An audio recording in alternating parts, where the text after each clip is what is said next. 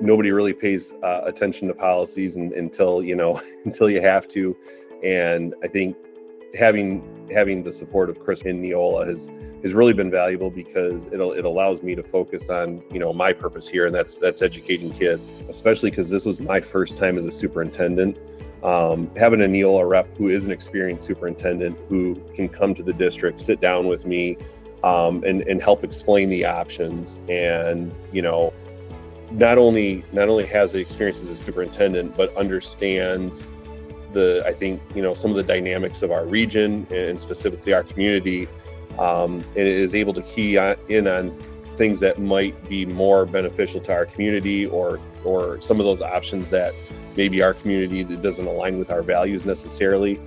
He's really in tune with our needs here. That's probably been the most valuable, I think, for me as a superintendent. Some of the other policy holders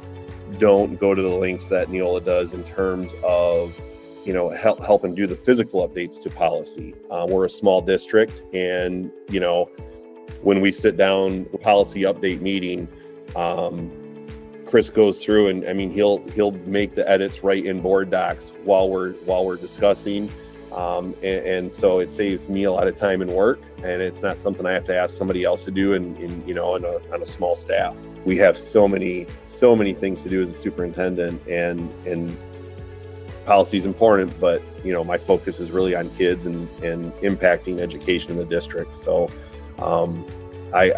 think in terms of policy, I kind of take what Neola brings and what Chris says, and